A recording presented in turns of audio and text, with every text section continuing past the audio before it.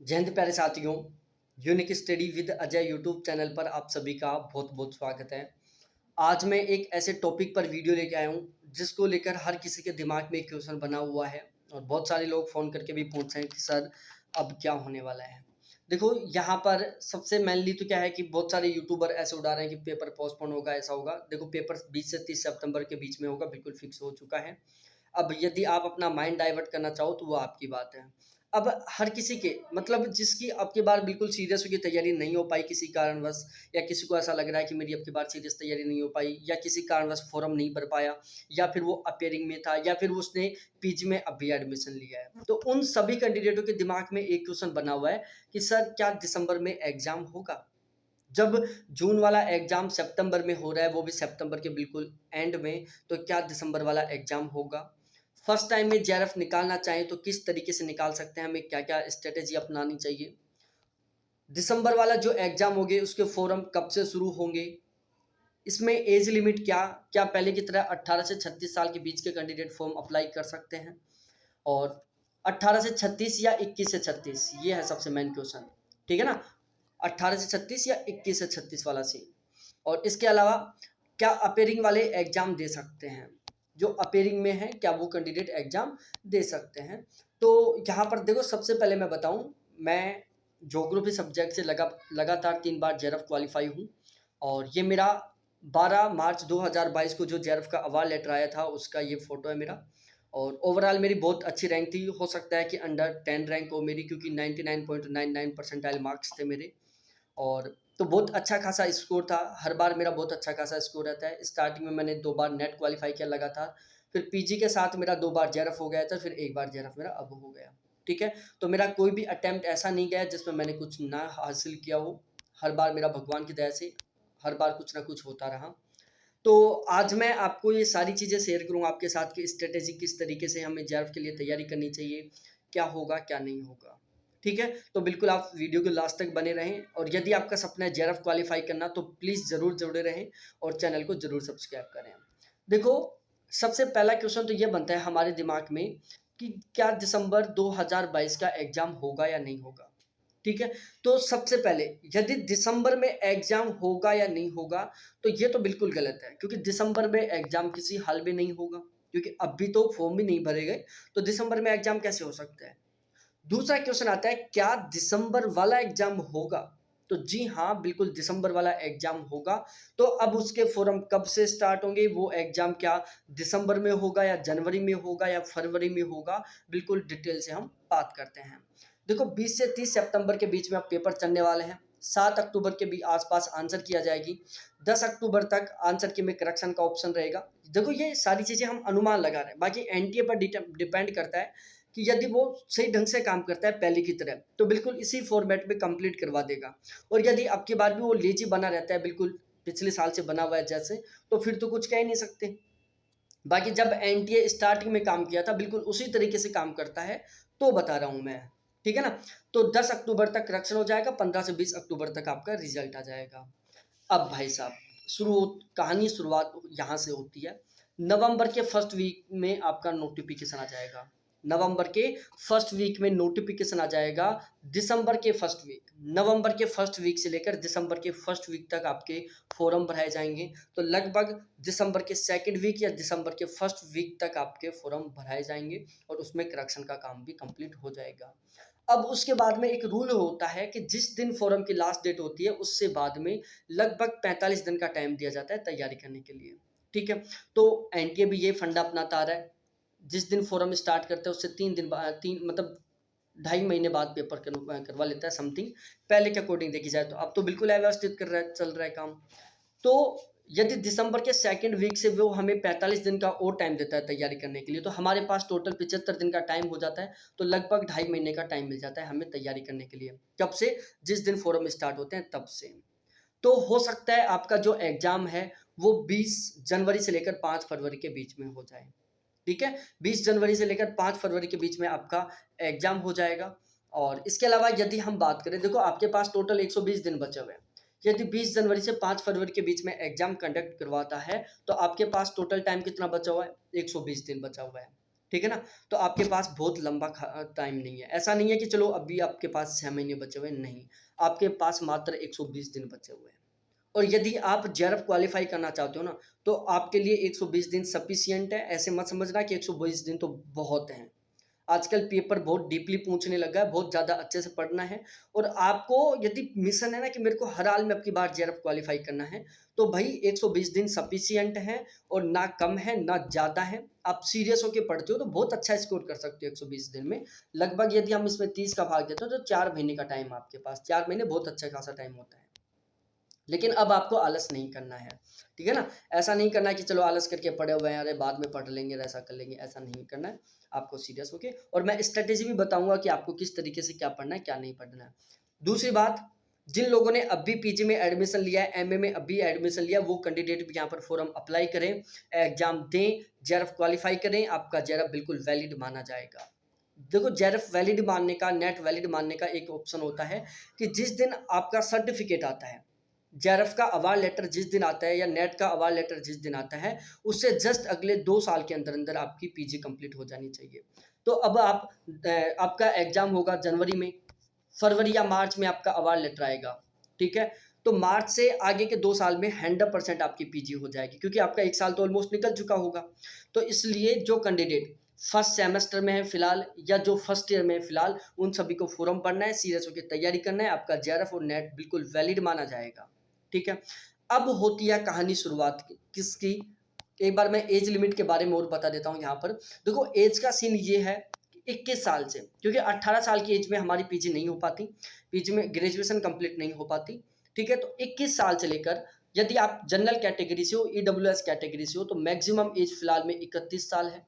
OBC, SC, ST के कैंडिडेटों की maximum age 36 साल है, ठीक है? ये जेआरएफ के लिए। नेट के लिए कोई एज लिमिट नहीं है, नेट का कभी भी दे सकते हो आप, चाहे फिर 50 साल के हो, चाहे आप 60 साल के हो, चाहे आप 80 साल के हो। नेट के लिए कोई एज लिमिट नहीं है, नेट का एग्जाम आप कभी भी दे सकते हो, मरते दम तक। 90 साल के एज में भी आप नेट का एग्जाम दे सकते हो। लेकिन जेआरएफ के लिए यदि आप जनरल और ईडब्ल्यूएस से हो, तो मैक्सिमम एज 31 साल है। ओबीसी, एससी, एसटी के कैंडिडेटों की मैक्सिमम एज 36 साल है। मेल फीमेल के बराबर है, मेल फीमेल में कोई अंतर नहीं है। फीमेल को यहाँ पर एज वगैरह में कोई रिलैक्सेशन नहीं मिलता है। अब देखो, मैं मेरा इंट्रोडक्शन दे चुका कि मेरा 3 बार जेआरएफ है, ये सारी चीज़ें। अब देखो, मैं जब भी मेरा बैच चलते रहते हैं यहाँ पर नेट के फर्स्ट पेपर का, ज्योग्राफी का। अभी जो एग्जाम हो रहा है, इसके लिए भी मेरा बहुत शानदार वाला, बहुत ही गजब से बैच चल रहा था, और वो कंप्लीट हो चुका है, और मैंने सारी चीज़ें करवा दी ऑलमोस्ट वहाँ पर। और अब वो कैंडिडेट बिल्कुल सीरियस होकर शानदार तरीके से पढ़ रहे हैं। लेकिन पिछले 7 दिन पहले से मेरा नया बैच भी शुरू हो चुका है दिसंबर के लिए, ठीक है? दिसंबर के एग्जाम के लिए मेरा नया बैच स्टार्ट हो चुका है, फर्स्ट पेपर का और ज्योग्राफी का, ठीक है? तो यदि आपका सब्जेक्ट ज्योग्राफी का है, तो आप ज्योग्राफी का और फर्स्ट पेपर दोनों का बैच ले सकते हैं। और यदि आपका सब्जेक्ट ज्योग्राफी के अलावा कुछ और है और आप फर्स्ट पेपर का बैच लेना चाहते हो, क्योंकि देखो, जेआरएफ क्वालीफाई करने में फर्स्ट पेपर का भी उतना ही योगदान होता है जितना सब्जेक्ट का होता है। तो फर्स्ट पेपर का स्ट्रॉन्ग होना भी बहुत ज़्यादा ज़रूरी है, ठीक है? तो आप मेरा फर्स्ट पेपर का बैच ले सकते हैं, जो कि ऑलरेडी 7 दिन पहले स्टार्ट हो चुका है। अब आपको टेंशन नहीं लेनी, जो क्लास हो चुकी है वो मैं आपको प्रोवाइड करवा दूंगा विद पीडीएफ, ठीक है? अब देखो, मेरा सबसे मेन 2-3 रूल होते हैं, मैं आपको बता देता हूं। देखो, नो नीड एनी चांस। अब भी आपके दिमाग में माइंड में सेट कर लो कि नो नीड एनी चांस, हमें दोबारा से वेट नहीं करना नोटिफिकेशन का। ये एग्जाम देंगे, इसी में हम जेआरएफ क्वालीफाई करेंगे। First time last time. यदि आप फर्स्ट टाइम एग्जाम दे रहे हो, तो आपको तैयारी करनी है ये सोचकर कि ये मेरा लास्ट टाइम भी है, ये मेरा फर्स्ट टाइम भी है, क्योंकि मेरे को इसी में जेआरएफ क्वालीफाई करना है। फर्स्ट पेपर का बैच लो, चाहे ज्योग्राफी का बैच लो, 3 सिस्टम है। आपको एक भी किताब नहीं खरीदनी पड़ेगी, सारा सब कुछ मैं यहाँ से प्रोवाइड करवाऊंगा। दूसरा, पेपर लेवल के अकॉर्डिंग पढ़ाऊंगा कि फिलहाल में पेपर कहाँ से आ रहा है, फिलहाल में पेपर का लेवल क्या है। और तीसरा, पेपर पैटर्न के अकॉर्डिंग पढ़ाऊंगा। जो फिलहाल में पेपर पैटर्न चल रहा है, जिस पैटर्न से हमारे क्वेश्चन आ रहे हैं, जिस लेवल के हमारे क्वेश्चन आ रहे हैं, जिस जगह से हमारे क्वेश्चन आ रहे हैं, उन सभी चीज़ों को बहुत अच्छे से ध्यान में रखते हुए यहाँ पर सारी चीज़ें कंप्लीट करवाऊंगा मैं। तो यदि आपका सपना है जेआरएफ क्वालीफाई करना, वो भी इसी बार में, अब जो एग्जाम दोगे उसी में, तो बिल्कुल बेझिझक होकर आप हमारा फर्स्ट पेपर का और ज्योग्राफी का बैच ले सकते हैं, ठीक है? गारंटी लेता हूं। देखो, यदि आप सही ढंग से पढ़ोगे साथ से, क्योंकि मैं चाहूं कि आपका बहुत अच्छा स्कोर करवा दूं, ये तब ही पॉसिबल हो पाएगा जब आप भी मेरी बराबर मेहनत करोगे। आपकी इतनी मेहनत मैं करूंगा, मेरी इतनी मेहनत आप करो, 100% जेआरएफ क्वालीफाई होगा। अब देखो मेरा सीन क्या होता है, देखो एक तो हम नॉर्मल तरीके से एग्जाम पास करें और एक बहुत गजब के स्कोर के साथ एग्जाम पास करें। तो जब बहुत गजब का स्कोर होता है ना, मतलब अनएक्सपेक्टेड तरीके का जब स्कोर होता है हमारा, और हम कभी लाइफ में डिमोटिवेट होके भी बैठे हो ना, और जब हमें ध्यान आता है कि भाई एक दिन मैं ऐसा कैंडिडेट था, मेरे इतने मार्क्स भी आए हुए हैं, फर्स्ट रैंक थर्ड रैंक आई है मेरी, तो मोटिवेट मिलता है, ऐसा मिलता है यार देख क्या जमाना है, क्या गजब का स्कोर है मेरा। सामने वाले को भी रिजल्ट बताए ना एक बार, तो उसके पांव तले से जमीन खिसक जाए, क्या सीन है भाई, इंसान है मशीन, इतना स्कोर कैसे। तो इस तरीके का स्कोर करना है। तो देखो मेरा टारगेट रहता है कि आपके फर्स्ट पेपर में कम से कम 40 क्वेश्चन ठीक हो, और फर्स्ट पेपर में 40 क्वेश्चन ठीक करने के लिए 80 नंबर लाने के लिए जो भी फंडे अपनाए जा सकते हैं, चाहे वो 10 की 10 यूनिट से रिलेटेड हो, चाहे वो कुछ एक्स्ट्रा कंटेंट हो, चाहे वो प्रीवियस ईयर पेपर से रिलेटेड हो, चाहे वो math reasoning logical reasoning DI के प्रैक्टिस क्वेश्चन से रिलेटेड हो, चाहे वो करंट अफेयर से रिलेटेड हो, सारा सब कुछ मैं प्रोवाइड करवाऊंगा। बाहर से कुछ नहीं पढ़ना, केवल मेरा टारगेट है कि आपके 40 प्लस क्वेश्चन ठीक हो 50 में से। ये सीन मेरा ज्योग्राफी में होता है। देखो ज्योग्राफी में मेरा टारगेट होता है कम से कम आपके 80 क्वेश्चन ठीक हो, और 80 100 में से 80 क्वेश्चन ठीक करने के लिए जो भी फंड अपनाया जा सकता है। ज्योग्राफी की 10 यूनिट हमारे सिलेबस में, लेकिन ये 10 यूनिट हैं जो टोटल 18 यूनिटों को कवर करती हैं, जैसे स्टैटिकल ज्योग्राफी, जियोटेक्निकल, कार्टोग्राफी हो गया, सोशल ज्योग्राफी हो गया, पॉलिटिकल ज्योग्राफी हो गया, पॉपुलेशन ज्योग्राफी हो गया, एग्रीकल्चर हो गया, सेटलमेंट हो गया। 18 यूनिट होती हैं टोटल, और उन 18 यूनिटों को यहाँ पर 10 यूनिटों में कन्वर्ट कर रखा है। यहाँ पर 18 के 18 यूनिट पढ़ाऊंगा मैं, ठीक है ना। तो 80 प्लस क्वेश्चन ठीक करने के लिए जो भी तरीके अपनाए जा सकते हैं, जो भी इंपॉर्टेंट कंटेंट होगा, चाहे वो प्रीवियस ईयर पेपर का हो, चाहे वो कहीं और का कंटेंट हो और कहीं से पेपर आया हो लेकिन वो इंपॉर्टेंट लग रहा हो, करंट अफेयर का हो, और चाहे 10 की 10 यूनिट का हो, सारा सब कुछ कंप्लीट करवाऊंगा। ऐसा कंटेंट दूंगा जिससे आप यदि नॉर्मली भी पढ़ लोगे, आराम से 80 प्लस क्वेश्चन ठीक करोगे, ठीक है। 80 प्लस का स्कोर करोगे फर्स्ट पेपर में, 80 प्लस का स्कोर करोगे ज्योग्राफी में, ठीक है। दूसरी बात, यदि आप चाहते हो ज्ञान बढ़ाना कि चलो हमें ज्ञान बढ़ जाए, भाई बैच मत लेना मेरा। मैं ज्ञान बढ़ाने के लिए ना तो पढ़ता ना पढ़ाता, मेरा मेनली टारगेट होता है ओनली एग्जाम क्रैक करना, और उसमें भी नेट का कभी टारगेट नहीं होता, टारगेट होता है केवल जेआरएफ क्वालिफाई करना, ठीक है। तो यदि आपका मिशन है जेआरएफ क्वालिफाई करना, तो आप मेरा बैच ले सकते हैं। इसके अलावा यहाँ पर आपको मेहनत करनी पड़ेगी, संडे टू संडे यहाँ पर टेस्ट होंगे, हर संडे को आपको टेस्ट देना होगा, और उसमें आपको अच्छा वाला स्कोर करना होगा। आप संडे को टेस्ट नहीं दे रहे हो तो देखो मेरी तरफ से आप बैच ले लो, कोई इशू नहीं है, लेकिन उसमें मजा नहीं आएगा, ठीक है। तो आप पूरे डेडिकेशन के साथ तैयारी करना चाहते हो, आप मेहनत करना चाहते हो ना, तो प्लीज मेरा बैच ज्वाइन करो आप। 100% 120 दिन में मैं आपका जेआरएफ निकलवा दूंगा, गारंटी के साथ कह रहा हूं मैं। बस मैं कहूं जिस तरीके से मेहनत करते रहो, आपको मैं बिल्कुल कंप्लीटली डायरेक्ट टू डायरेक्ट आपको क्या करूंगा, गाइड करूंगा मैं, कंप्लीटली डायरेक्ट टू डायरेक्ट। एकमात्र ऐसा प्लेटफॉर्म होगा जहां पर आप ऑलवेज 24x7 आप कॉल कर सकते हो, हर बार आपकी कॉल का रेस्पॉन्स मिलेगा, कभी मैसेज करो हर बार आपके फोन का मैसेज का रेस्पॉन्स मिलेगा। कैसा भी डाउट हो, कभी डिमोटिवेट हो तो कॉल करो, कभी कोई क्वेश्चन हो तो कॉल करो, ऑलवेज, लेकिन रिजल्ट चाहिए। तो यदि आप मेहनत कर सकते हो, आपका कंप्लीटली टारगेट है जेआरएफ क्वालिफाई करना, तो प्लीज आप मेरा जरूर बैच ज्वाइन करें। बाकी मैं आपको नहीं कहूंगा, यदि आप मेहनत नहीं कर सकते हो तो आप रुपए वेस्ट मत करो, ठीक है। अब मैं चार्ज का प्लान बता देता हूँ। देखो फर्स्ट पेपर का चार्ज केवल 900 रुपए है, ठीक है, और ज्योग्राफी का चार्ज केवल 1100 रुपए है। दोनों का यदि आप एक साथ लेते हो फिलहाल में तो ओनली 1800 रुपए है, ठीक है ना। बिल्कुल नॉर्मल सा चार्ज है, फर्स्ट पेपर का 900, ज्योग्राफी का 1100, दोनों का 1800 रुपए। जैसा यदि आपका सब्जेक्ट ज्योग्राफी नहीं है तो आप फर्स्ट पेपर का ले लो ओनली 900 रुपए, एक भी किताब नहीं खरीदना। आप ज्योग्राफी का लेना चाहो 1100 रुपए, एक भी किताब नहीं खरीदना। आप दोनों का लेना चाहो ओनली 1800 रुपए, एक भी किताब नहीं खरीदना, ठीक है। अब बैच में क्या क्या सीन होगा, देखो रेगुलर दोनों पेपर की एक एक घंटे लाइव क्लास चलेंगी। स्टार्टिंग में ज्योग्राफी की एक चलेगी, कुछ टाइम बाद में ज्योग्राफी की 2 क्लास हो जाएंगी, फर्स्ट पेपर की ऑलवेज एक क्लास चलेगी।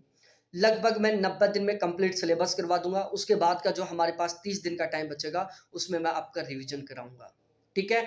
इसी चार्ज में आपको मैं क्रैश कोर्स प्रोवाइड करवाऊंगा, कोई आपसे मैं एक्स्ट्रा चार्ज नहीं लूंगा, सारा सब कुछ मैं इसी चार्ज में सब कुछ प्रोवाइड करवाऊंगा आपको, ठीक है प्यारे साथियों। तो आप बैच ले सकते हैं, लाइव क्लास मिलेगी, रिकॉर्डेड क्लास मिलेंगी, पीडीएफ मिलेंगी, प्रैक्टिस क्वेश्चन मिलेंगे, संडे टू संडे टेस्ट होगा, ऑब्जेक्टिव क्वेश्चन मिलेंगे, प्रीवियस ईयर क्वेश्चन मिलेंगे, सारा सब कुछ मिलेगा, करंट अफेयर मिलेगा, ठीक है। तो इस तरीके से ये सारा कहानी है बैच की। 7 दिन पहले बैच स्टार्ट हो चुका, तो वो सारी चीजें आपको मिल जाएंगी। अब लेट मत हो, 120 दिन है, एक दिन भी जा रहा है ना, तो समझो आपका जेआरएफ होने का चांस कम होता जा रहा है। ठीक है? तो ये मेरे कॉन्टैक्ट नंबर है जिसके थ्रू आप मेरा बैच ले सकते हैं। बहुत-बहुत धन्यवाद आपको देखने के लिए। थैंक्स बाय मेरे प्यारे साथियों।